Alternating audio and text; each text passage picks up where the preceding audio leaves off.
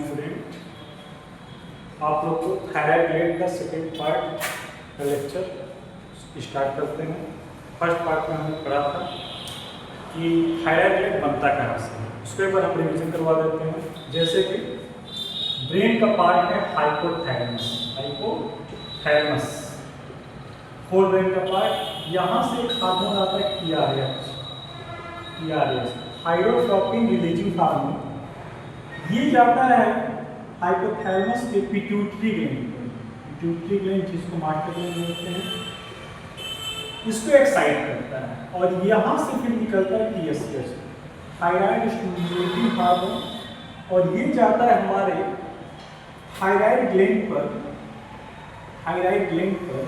तब हमारा thyroid gland T4 thyroxine hormone बनाना शुरू करते हैं, इसको थायरॉक्सिन बोलते हैं।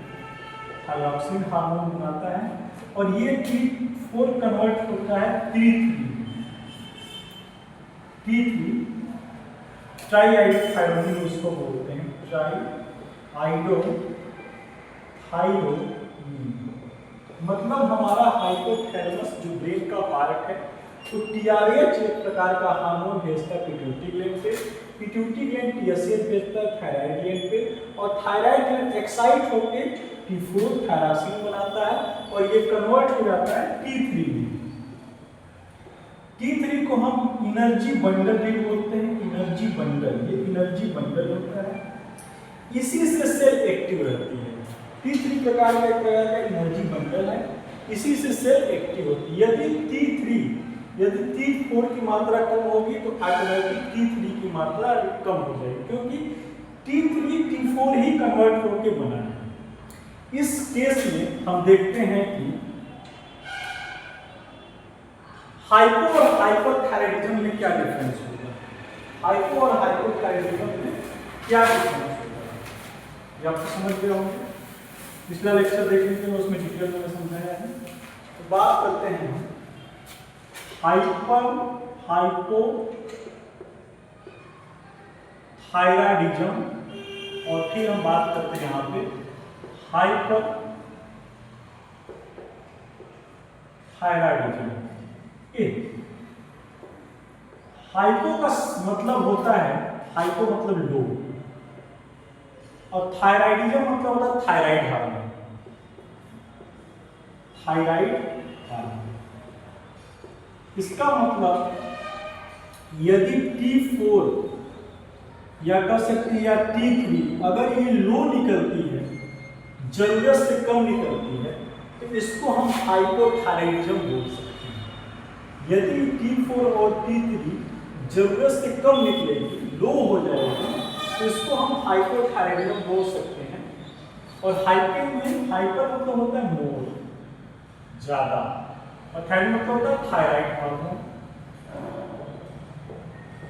इसका मतलब यदि T4 और T3 जरूरत से ज्यादा निकलेगी, मोर निकलेगी, तो ये हमारा हाइपरथायराइडिज्म को दिखाएगा, ये हमारा हाइपरथायराइडिज्म को दिखाएगा। ठीक,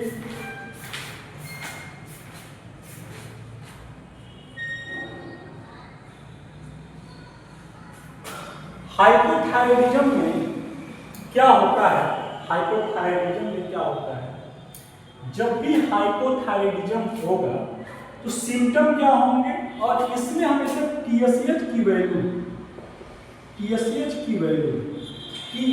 जो थायराइड स्टिमुलेटिंग हार्मोन है, इसकी जो वैल्यू है हमेशा हाइपो में, हमेशा हाइपो वाला जो है प्राइमरी, इसमें थोड़ा बढ़ी हुई है, टीएसएच की वैल्यू बढ़ी हुई है।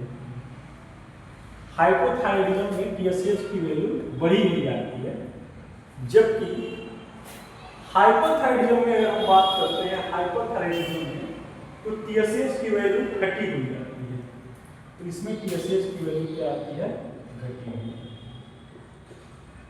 तो हाइपो में टीएसएच की वैल्यू बढ़ी हुई आएगी, ये दोनों में टीएसएच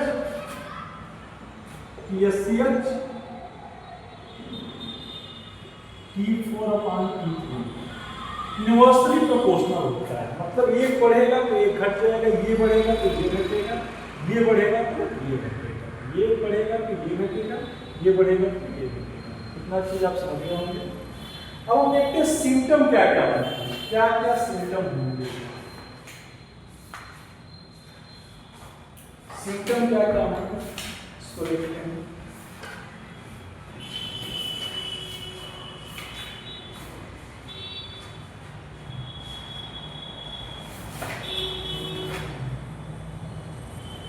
हाइपोथायराइडिज्म में क्या क्या सिम्टम होंगे, सिम्टम बात करते हैं। सिम्टम क्या होंगे और इसमें सिम्टम क्या होंगे। हाइपोथायराइडिज्म में चूंकि T3 का वैल्यू क्या हो जाएगा, कम हो जाएगा, और ये बताया था एक प्रकार का एनर्जी होता है। इसका मतलब ये होगा कि एनर्जी जब कम हो जाएगी तो व्यक्ति थका थका महसूस करेगा, सुस्ती महसूस करेगा, और क्या महसूस करेगा, वेट गेन, मोटा सा दिखेगा, वेट गेन हो जाएगा, मोटा दिखेगा। कोल्ड इंटोलेरेंस होगा, कोल्ड इंटोलेरेंस, उसको ठंडक, उसको मतलब कैसे हीटिंग टाइप की प्रॉब्लम होती है, हीटिंग टाइप की प्रॉब्लम होती है, वो ठंडा उसके बॉडी को ठंडे जगह पे आराम मिलेगा, कोल्ड इंटोलेरेंस हो जाएगा। स्किन ड्राई हो जाएगा, ड्राई स्किन होगा। नॉट पिटिंग इडिमा, इसका मतलब ये होता है, इडिमा में सूजन, मतलब उसको दबाने पर गड्ढा नहीं मिलेगा। जैसे किडनी वाले पेशेंट में अगर हम किसी का किडनी में इन्फेक्शन है तो उसके पैर को अगर हम दबाएंगे तो गड्ढा बन जाएगा। ऐसे एडिमा को हम पीटिंग एडिमा बोलते हैं। इसमें नॉन पीटिंग एडिमा होगा, जिसको दबाने पे गड्ढा नहीं बनता है उसको हम पीटिंग एडिमा बोलते हैं। तो ये सारी कंडीशन आएगा। और क्या हो जाएगा, उसको कॉन्स्टिपेशन होगा,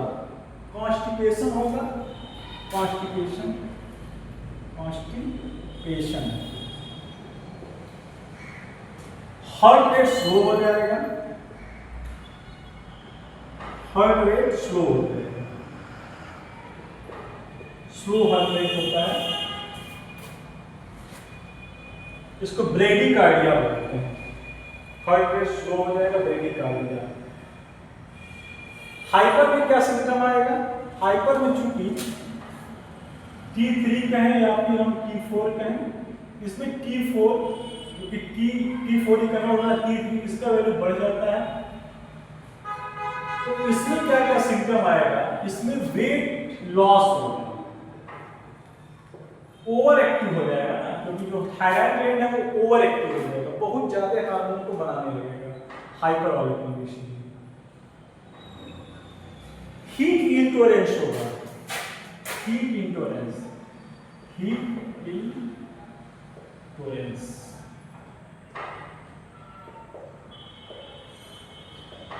मतलब उसको ठंडी लगेगी। हीट इंटोलेरेंस का मतलब उसको ठंडी लगेगी, तो बहुत जल्दी ठंडी लगेगी उसको।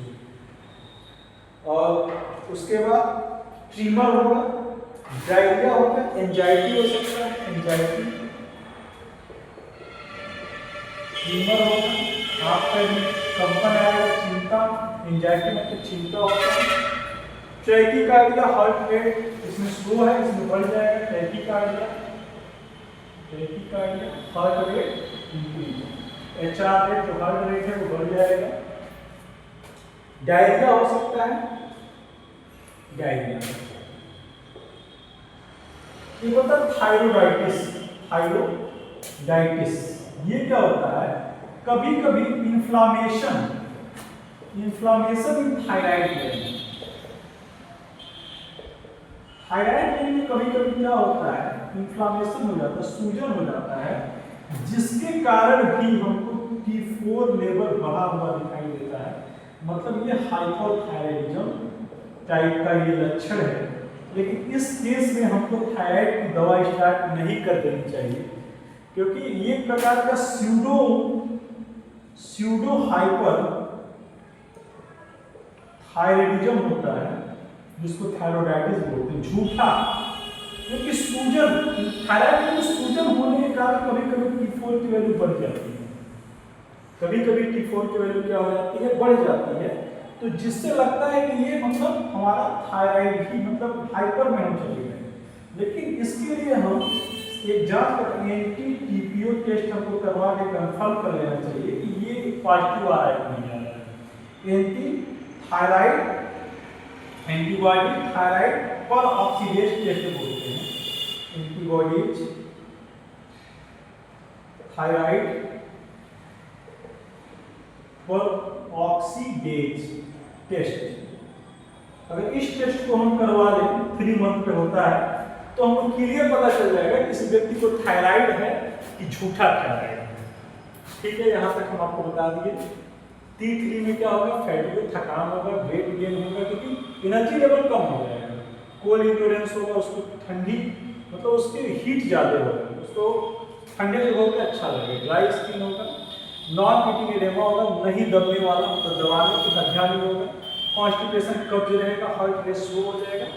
ठीक है, ब्रेडिकार्डिया बोलते हैं। वेट, इसमें क्या होगा, वेट लॉस होगा, हीट इंटोलेरेंस होगा, एंजाइटी होगा, ट्यूमर होगा, हाथ पैर में कंपन होगी, ट्यूमर को डायरिया हो सकता है। थायराइडाइटिस ये एक प्रकार का स्यूडो हाइपोथायराइडिज्म दिखाता है। ठीक है, अब हम देखेंगे किस किस केस में हमको सस्पेक्ट करना चाहिए थायराइड डिजीज, कब कब हमको थायराइड का जांच करवा लेना चाहिए, इस केस को हम देखते हैं। किस किस केस में हमको थायराइड का जांच करवा लेना चाहिए, सस्पेक्ट फॉर थायराइड में, suspect for thyroid disease, thyroid disease. किस केस में हमको थायराइड का जांच अनएक्सप्लेन एनीमिया, अचानक आपको खून की कमी होने लग जाएगी। अब जब आपके बॉडी में अचानक खून की कमी हो रही है बिना किसी कारण के, इस केस में आपको एक बार थायराइड डिसऑर्डर पे आपकी जांच जानी चाहिए। आपको एक बार थायराइड ग्लैंड का जांच अपने करवा लेना चाहिए कि आप किसी थायराइड प्रॉब्लम से जूझ तो नहीं रहे हैं। कुछ हार्ट के केसेस में भी, हार्ट में भी अगर आपको दिक्कत है, हार्ट प्रॉब्लम में भी आपको लगभग थायराइड की जांच करवाना। किसी को डायबिटीज मिलिटस जन्म से है, इसको डायबिटीज मिलिटस का जन्म से होता है, इसको टाइप 1 बोलते हैं, टाइप 1। इस केस में भी हमको जांच करवा लेना चाहिए। जैसे कि किसी को डायबिटीज अगर बाद में होता है, जन्म से नहीं रहता, बाद में होता है, उसको बोलते हैं T2DM।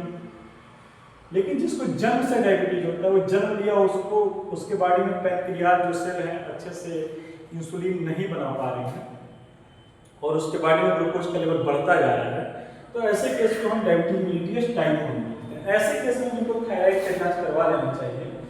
उसके बाद अगर बहुत कॉन्स्टिपेशन रह रहा है, किसी व्यक्ति को कॉन्स्टिपेशन भी बहुत रह रहा है, क्योंकि इसका एक सिम्टम है, हाइपोथायराइडिज्म का सिम्टम है, इस केस में भी हमको करवा लेना चाहिए जांच।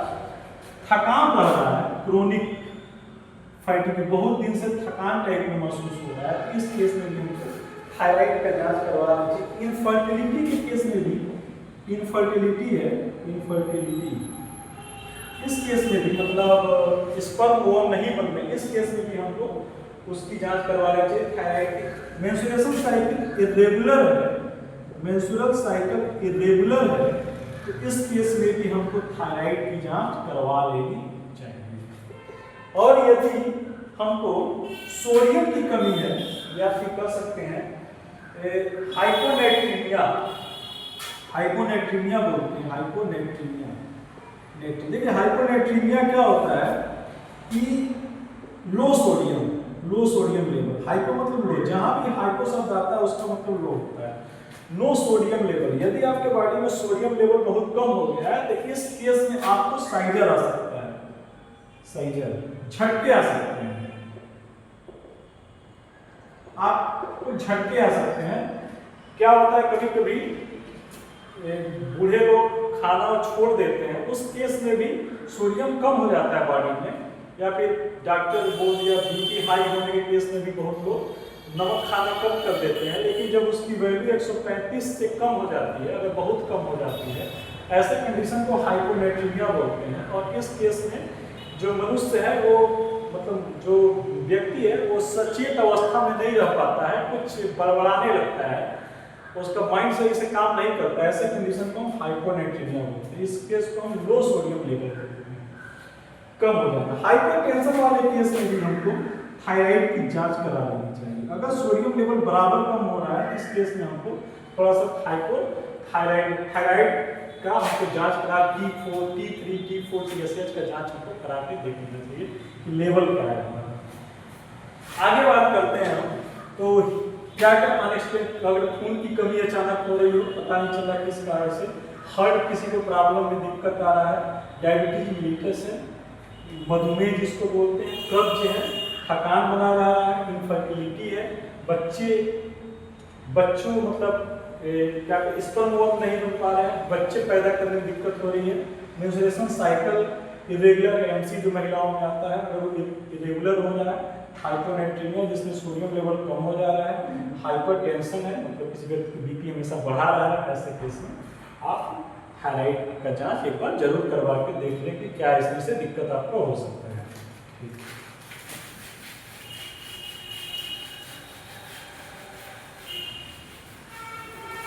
बात करते हैं ट्रीटमेंट के लिए, तो ट्रीटमेंट जनरली मैं बता दे रहा हूँ, आप लोग डॉक्टरी सलाह पर ही इसका यूज करें। ट्रीटमेंट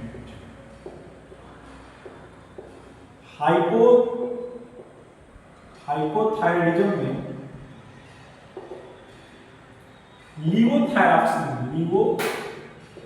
लीवोथायरॉक्सिन मेडिसिन यूज करते हैं। इसका जो डोज होता है, डोज 1.6, इसका जो डोज होता है 1.6 mcg, 1.6 mcg पर बॉडी पर केजी बॉडी आइडियल वेट पर KG of body ideal weight, मतलब जितने किलो के हैं आप उसमें इसका गुणा करेंगे तो उतना डोज आपको चलनी चाहिए। इसका टारगेट क्या होता है, टारगेट क्योंकि ये लो हाइपोथायराइडिज्म है तो इसमें कभी भी टारगेट क्या होता है,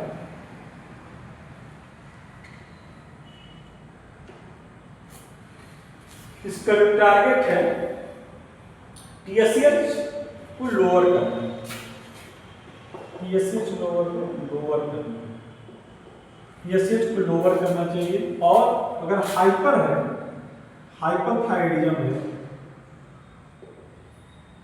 इसके लिए जो मेडिसिन का यूज करते हैं इसको बोलते हैं कार्बिमाजोल। क्या बोलते हैं? कार्बिमाजोल। इसको 20 mg की TDS हमको शुरू करना चाहिए। तो ये डॉक्टरी सलाह पे आप कर सकते हैं, जनरली मैं जानकारी लेकर बता दिया हूँ आपको, ऐसे लेके दवा शुरू नहीं करना है, डॉक्टर के हिसाब से दवा शुरू करना है, क्योंकि इसको डोज एडजस्ट किया जाता है। ये सब कभी आपको बता देते हैं, डोज एडजस्ट किया जाता है और TSH वैल्यू के हिसाब से आपको काम किया जाता है। आगे हम बात करते हैं कि देखिए अगर आपके थायराइड ग्लैंड में प्रॉब्लम है, अगर थायराइड ग्लैंड ही आपका जो मेन थायराइड ग्लैंड है T4 अगर नहीं बना रहा है, तो T4 का प्रोडक्शन नहीं कर रहा है,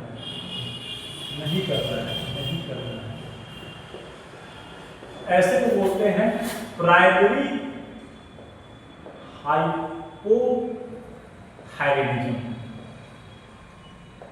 मतलब मेन चीज थायराइड ग्लैंड ही अगर T4 नहीं बना रहा है, थायराइड नहीं बना, अगर ज्यादा बना रहा है, मोर जरूरत से ज्यादा बना रहा है, इसको सही है, इसको प्राइमरी कब हाइपरथायराइडिज्म, क्या बोलते हैं? Primary hyperthyroidism. सेकेंडरी कब बोलेंगे? मान लीजिए प्रॉब्लम हो गया पिट्यूटरी ग्लैंड में क्या हो गया? ट्यूमर हो गया, इसके कारण अब TSH नहीं आ पाएगा, TSH हमारे थायराइड ग्लैंड पे नहीं आ पाएगा, तो TSH क्या होगा? थायराइड ग्लैंड पे नहीं आ पाएगा। ऐसे केस में क्या होगा? जब TSH नहीं आएगा थायराइड ग्लैंड पर, ऐसे केस में हमारा T4 नहीं बनेगा। इसको बोलते हैं सेकेंडरी हाइपोथायरायडिज्म। टर्सरी क्या होता है? जब हाइपोथैलेमस में कोई दिक्कत हो जाए, जो सबसे शुरू में बताए थे, इसको हम बोलते हैं टर्सरी हाइपोथायरायडिज्म। ये बहुत रेयर है। Thank you. आज का क्लास आपका